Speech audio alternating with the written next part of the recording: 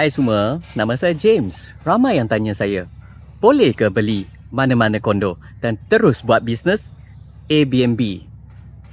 Jawapannya, tak boleh. Silap langkah anda yang akan rugi setiap bulan. Anda kena tahu bukan semua tempat benarkan sewaan jangka pendek. Contoh paling jelas sekarang adalah Pulau Pinang. Kerajaan negeri telah pun melarang operasi Airbnb untuk harta tanah berstatus kediaman biasa. Biasa polisi ni berubah sebab utama adalah banyak aduan dari penduduk tetap. Isu keselamatan, bunyi, bising waktu malam dan kerosakan fasiliti. So, kerajaan terpaksa masuk campur. That's why they ban Airbnb.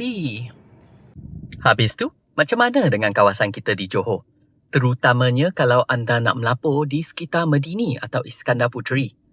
Walaupun sekarang tiada larangan ketat dari kerajaan negeri buat masa ini, kuasa pemutus sebenarnya terletak pada pihak pengurusan bangunan atau JMB. Kalau majoriti penduduk mengundi untuk haramkan homestay dalam mesyuarat, anda tetap tak boleh beroperasi di bangunan tersebut. Jadi, apa yang anda perlu buat sebelum membeli? Sangat penting. Semak status geran. Fokus kepada harta tanah berstatus komersial yang memang direka khas untuk pelabur yang ingin fokus Airbnb. Dan pastikan polisi bangunan membenarkan Airbnb sebelum anda bayar apa-apa deposit. Jangan labur secara melulu.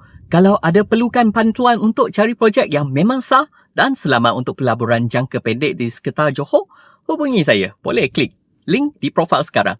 Jumpa di video seterusnya.